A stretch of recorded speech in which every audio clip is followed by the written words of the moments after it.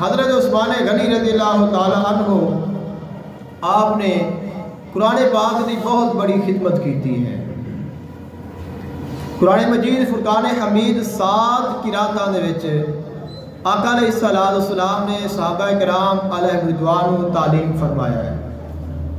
اسی ایک قرات پڑھنے ہاں اور 7 قراتاں نے جنہاں دے وچ قرآن پاک پڑھنا جائز ہے، سنانا اور سننا جائز ہے، اور 3 قراتاں ایسیاں نے جنہاں نو پڑھ سکنے ہاں لیکن انہاں وچ قرآن پاک دی تلاوت دی اجازت نہیں۔ جس نے وہ قراتاں پڑھیاں اس نو اسی کہنے ہیں سبا اور اشرا دا قاری۔ سبا دا معنی 7 ہوندا ہے، اشرا دا معنی 10 ہوندا ہے۔ عام جڑا ایک قرآن پاک ہے اس دا کورس 2 سالہ ہوندا ہے جس نو اسی تجوید دا کورس کہنے ہیں۔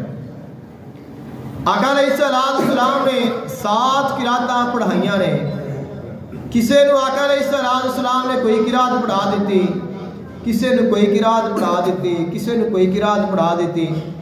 اب جس نے جیڑی قرات پڑھی ہے اس نے آگے جا کے کوئی قرات پڑھائی ہے۔ اسلام پھیلتا گیا، علاقہ وسیع ہوتا گیا اور استادی شاگردی والا سلسلہ بھی چلتا گیا۔ جس نے جویں پڑھیا اس نے اویں اگاں پڑھایا، ایک نے ایک قرات پڑھی ہے، دوسرے نے دوسری قرات پڑھی ہے، تیسرے نے تیسری قرات پڑھی ہے۔ اب انہیں آگاہ پڑھائی، جب وہ شاگرد آپس میں ملے، ایک نے ایک قرات نال قرآن پڑھیا، دوسرے نے دوسری نال پڑھیا، تیسرے نے تیسری نال، چوتھے نے چوتھی نال، پنجویں نے پنجویں نال، چھویں نے چھویں دے نال، ستویں نے ستویں دے نال۔ ایک نے آکھیا میرا قرآن صحیح ہے، دوسرے آکھیا میرا قرآن صحیح ہے، تیسرے آکھیا میرا قرآن صحیح ہے۔ فساد بن گیا بھی قرآن صحیح کیندا ہے تو غلط کیندا ہے۔ اب یہ بات جڑی ہے وہ حضرت عثمان غنی رضی اللہ تعالیٰ عنہ تک پہنچی کہ امت وچ فتنہ پھیل رہا ہے۔ جس طرح پہلیاں کتاباں میں اختلاف ہو گئے، لوگوں نے بدل لیا کتابیں، تعریف ہو گئی، بہت زیادہ خدشہ ہے اور لوگ لڑائیاں تک جا چکے ہیں۔ کوئی ایسا کام ہوئے، کوئی ایسا کام کرو کہ جس کے نال ساری امت ایک قرآن تے جمع ہو جاوے۔ تو پھر آپ نے سیدنا صدیق اکبر رضی اللہ تعالیٰ عنہ نے قرآن پاک جمع فرمایا سی۔ حضرت فاروق رضی اللہ تعالیٰ عنہ دے دور دے وچ قرآن پاک جمع کیتا گیا، لیکن وہ ایک ہی قرآن پاک سی اور ایک ہی جگہ تے موجود سی۔ اس نو عوام دے وچ مشہور نہیں کیتا گیا، عوام تک وہ نہیں پہنچایا گیا۔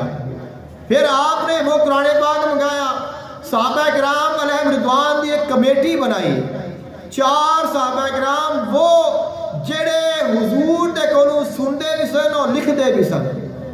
جڑی وحی آندی سی حضور جنہاں نو لکھاندے سن، جڑے زیادہ قرآن جاننے والے سن، انہاں نو فرمایا، انہاں دی کمیٹی بنائی، فرمایا تساں ایک قرآن پاک دی ایک قرات جڑی ہے وہ لکھنی ہے، اور سب نو حکم دیتا جس دے کول جنہ قرآن پاک ہے وہ جمع کراوے۔ کسے نے قرآن پاک زبانی یاد کیتا ہے وہ لیا کے سناوے، کسے نے کاغذ سے لکھیا ہے وہ لیا کے پیش کرے، کسے چمڑے سے لکھیا ہے وہ لیا کے پیش کرے، جتے جندے کول جنہ ہے وہ پیش کرے، اور ساتھ جیڑا کہندا ہے کہ میں حضور دے کولوں اے ایت سنی ہے، پھر وہ اپنے نال 2 گواہ بھی لیا رہے، آیت بھی دے، سورت بھی دے، نال گواہ بھی دے، 2 بندے کم از کم گواہ ہون کے واقعی ساڑھے سامنے اس نے اے آیت حضور کو سنی ہے، پھر وہ شامل کیتی جائے گی، ورنہ اس کی آیت جو ہے وہ قرآن پاک میں شامل نہیں کیتی جائے گی۔ تو پھر اس طرح ایک بڑی محنت تو بعد، بڑی کوشش تو بعد قرآن مجید فرقان حمید دا نسخہ مکمل ہویا، اور جس نو اسی مصحف عثمانی کہنے ہیں۔ جو قرآن پاک ہے اس کا جو دوسرا نام ہے وہ مصحف عثمانی ہے۔ تو آپ نے قرآن پاک ایک کتابی شکل میں بنایا، پھر اس دیاں آگے کاپیاں جیسا اثر فوٹو سٹیٹ کر رہے ہیں، اس وقت تو یہ سسٹم نہیں سی کاپیاں وغیرہ، تو اس نو ویکھ کے ان دے نال قرآن پاک اور لکھے گئے، پھر اور لکھے گئے، پھر اور لکھے گئے، اور پھر یہ تاکید کی گئی فقط یہی قرآن چلے گا، اگر کوئی اس کے علاوہ دوسری قرات پڑھے گا اس میں اجازت نہیں ہوئے گی، تو ایک ہی قرات پڑھی جائے گی اور ایک ہی قرات جو ہے وہ آگے پڑھائی جائے گی، تاکہ جو ساری امت ہے وہ ایک قرآن تے جمع ہو جاوے۔ تو ساری امت نو ایک قرآن تے جمع کیتا ہے حضرت عثمان غنی رضی اللہ تعالی عنہ نے۔